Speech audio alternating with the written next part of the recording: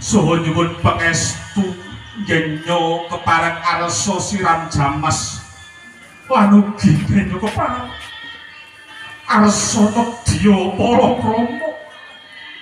kaliyan priya ingkang dipun tresnani ngambung sukunipun kang Rama sekawit Rama minangka dados imam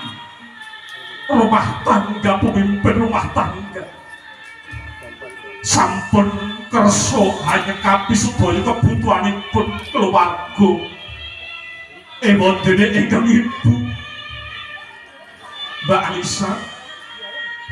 Ibu panjenengan menika sampun ngandhut panjenengan nawa candra dasa hari sangang sasi